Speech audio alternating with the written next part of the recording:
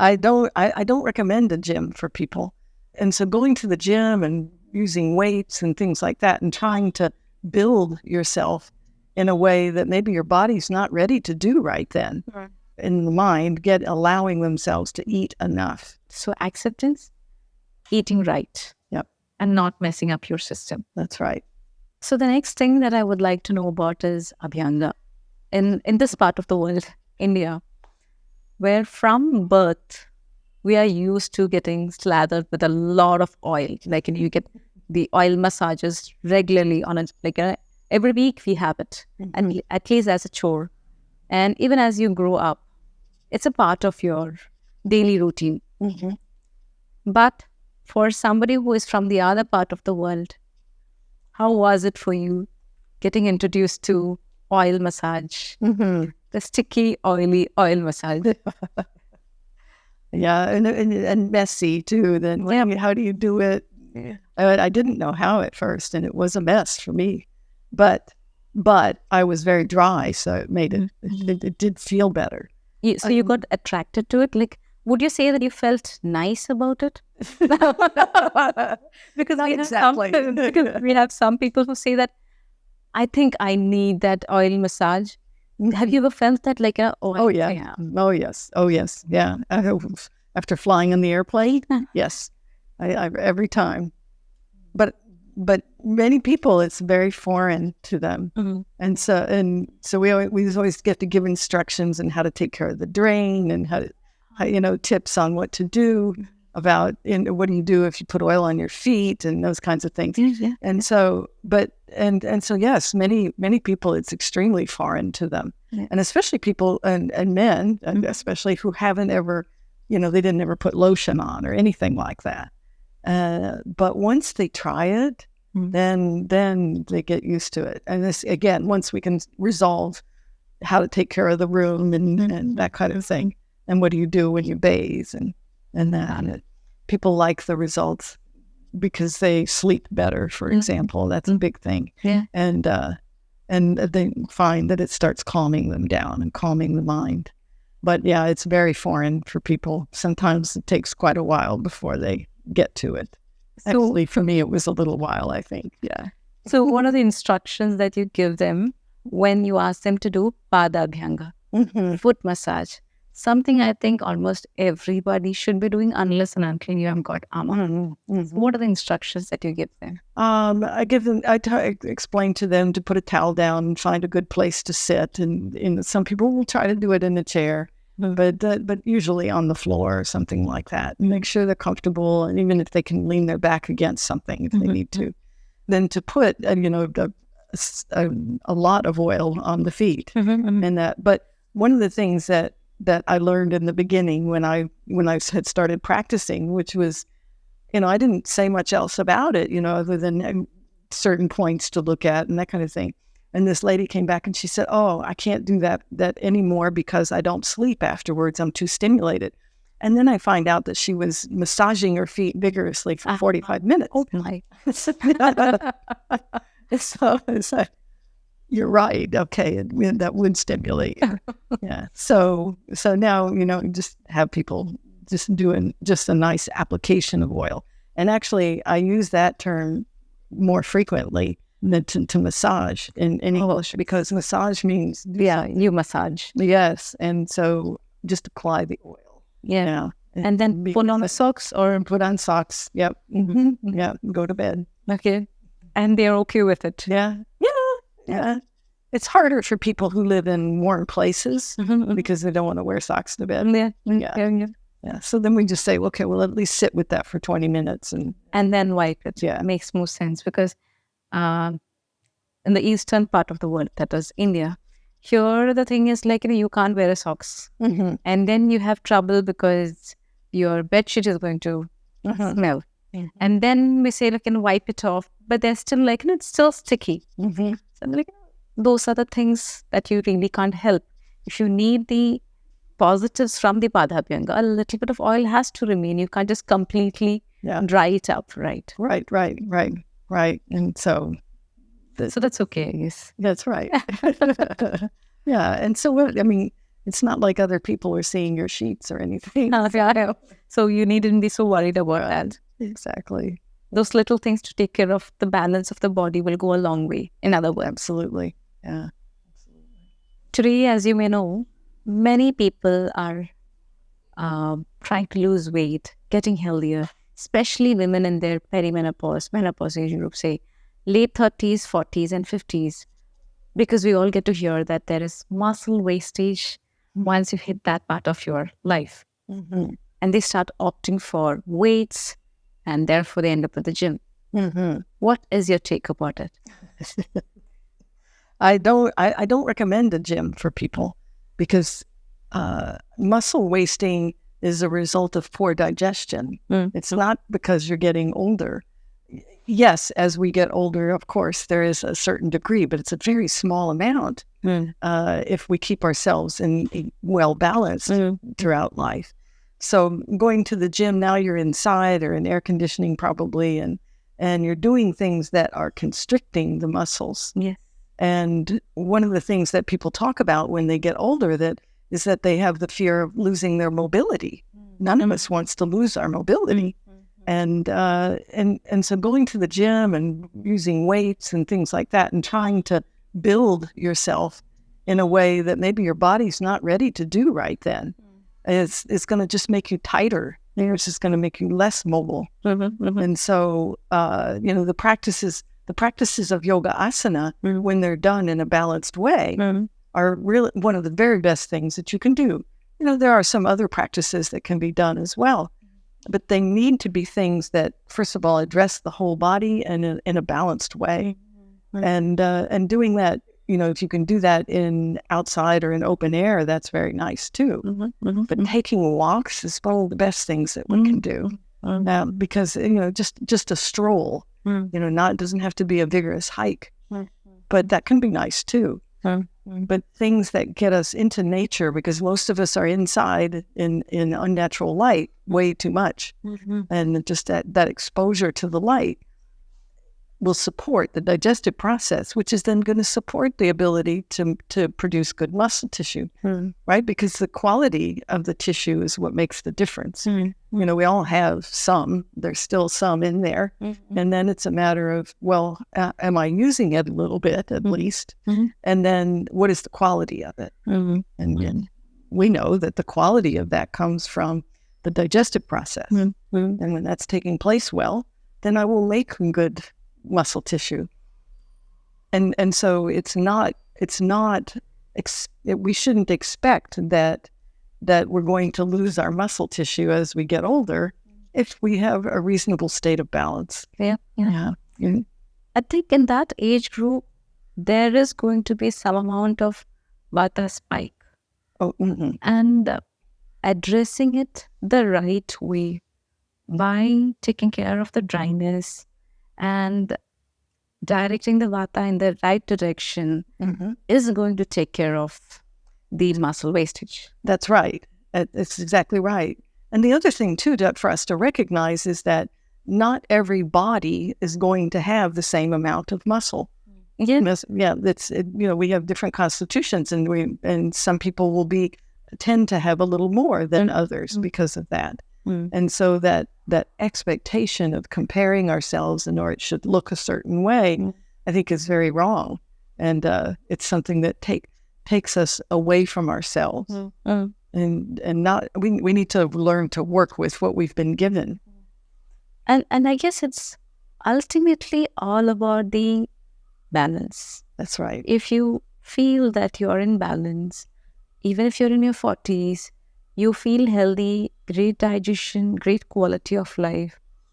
None of the three doshas are off balance, which means you have no symptom. It means that you are healthy. You do not need anything extra. Just because you have reached that age group. Right. Oh, right. Exactly. There's, we're not statistics. We're not statistics. And so, that's interesting information that we might get from that sometimes. But otherwise, we need to ignore it and live our lives. And as you just said, if I can walk through my life without having symptoms on a day-to-day basis, or if I have a little symptom that it resolves itself in a very short time, then I'm doing very well. Yeah. And my muscles are not going to be the same as the muscles in somebody of a different constitution with more kapha, for example. And I need to let that be okay. But that doesn't mean I'm any less strong, actually. Yeah. So if you feel strong, you have a great digestion, great sleep, great bowels, then you're good. You don't have to do anything extra. Pretty good. While we are on that, one of the commonest questions that I get asked is how to gain weight. Because I keep talking about weight loss because we deal with a lot of thyroid patients, hypothyroidism patients. So then the other set of folks keep coming asking, so what then about the weight loss? How do we gain weight? What is your advice to them? Well, of course, it always depends on the individual and that. But most of the time, we have to look at what are they doing in their lives, because oftentimes they're exercising way too much. Yeah, and then they're usually eating an imbalance of foods. They're having foods that don't have any augmenting qualities to add to the body. And then there's a myriad of other things. They're usually having a very common one these days is to have, I just have one meal and a little snack. And then you find out that they're actually having little snacks all day long. and of course, so they're not digesting well, so they're not putting on weight. And then the other thing too is that when someone gets very thin, is that the stomach does shrink a certain amount, and so then they have to recognize that it might be a little bit uncomfortable as you start coming back with that, and in the mind allowing themselves to eat enough, and that can be kind of a delicate thing with people to find that to have them be able to eat enough to start making a difference, and to have them be okay with some of the discomfort that they might have. Yeah. Can we also say that it is okay to be the lean kind? Oh, yes. It is okay, right? As long as you have a great digestion, you're eating well, you're able to eat well, and you're strong enough, it is okay to be lean. That's right. Of course it is. Yeah. Of course, because certain constitutions are going to be more lean. Yes. Yeah. And I think accepting that and then trying not to create armor by eating too much is what they should be ideally doing. That's right. Instead of trying to gain weight. So acceptance, eating right. Yep. And not messing up your system. That's right. And that's right. And you made the point about that if you're thinking I'm trying to gain weight, you're going to do things that are cause problems. Yeah. And I think that thought, like I need to gain weight, that overthinking loop, that itself creates more vata. Right. I'm worried because people are saying things to me, and then explaining to people that the worry is part of the problem of getting you from putting on weight. So we need to think about how do I need to best take care of this body? Yes. Yeah, and they're not all exactly alike. They have their differences. Yeah. So you guys have your answer here. You don't have to worry about it. So to talk about yoga, what is your take, especially the one that we get to see nowadays? Most people today, they relate to yoga asana, which is one part of it. And one of the things I think that's important to recognize is that the typical hatha yoga that's taught, actually in India and in the West also, was developed for people who didn't sit in chairs, people who did not sit at computers, and did not spend most of their time in life sitting inside. And so the body is somewhat different, but also where there are blockages and difficulties in the body is quite different now. And we have a lot of neck pathology, problems with the low back and the neck and so forth. And so we need to approach the asana from the inside out. Yeah. So when I say that, meaning that we need to allow things to happen, that we need to surrender to what needs to happen, rather than trying to make it happen from the outside. And so we need to use our muscles and our bones in alignment in order, and use the muscles to do that. And today, there's been, because I think because people want to achieve something, they want to get to somewhere in the pose, which then has them relying too much on the joints, which is actually can be quite harmful in the longer term, even if somebody doesn't feel something in the short term. And there's a lot of misunderstanding these days about the body, just that they don't understand how the body's designed, because we need to use it in the way it's designed. So our joints, they all have an optimum range of motion. So just because you can get it to do something else doesn't mean it's a good idea. Yeah. And so those are some of the things that we need to pay attention to, and to recognize that it is meant to be something that connects us to spirit. In this other, it connects us to that innermost part of ourselves. And certainly when you're just first having the experience of a posture, then you're trying to figure out where to put your feet and things like that. But once you have an idea of what's happening, then you just want to follow your breath and be inside with it. And then we find that the body will then go to places that it won't go otherwise if I'm trying to make it happen. And so the practices of yoga, all of them, are meant to bring us forward, to bring out the fullness of who we are, and clear away what's in the way. And so sometimes we feel emotional, or we feel like we want to run away from it. And this is a good sign. It means that means it's working. Would you say that we needn't force flexibility? To force flexibility? No, because that's just a ticket for injury. Okay. Yeah. So it's more like feeling your breath, allowing your body to move, and then do as much as you can, which is just going to improve over time. That's right. And you needn't worry how far you were able to do today. Right. Exactly. Do as much as you're comfortable and continue with the journey. Right. While breathing in and out. In and out, preferably evenly while you're doing it through your nose.